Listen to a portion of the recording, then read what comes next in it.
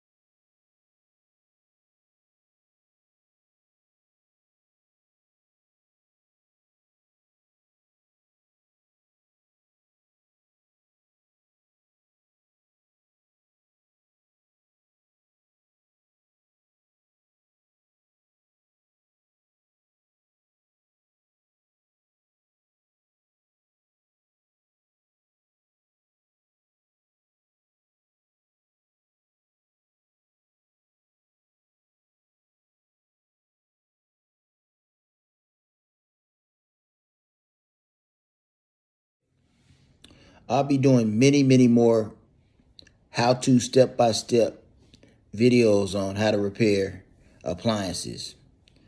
So hit the like button, comment, good or bad, subscribe to the station so you can see these videos. And if I am using a part to repair the appliance, a link will be in the description so you can buy from this channel. Have a good one.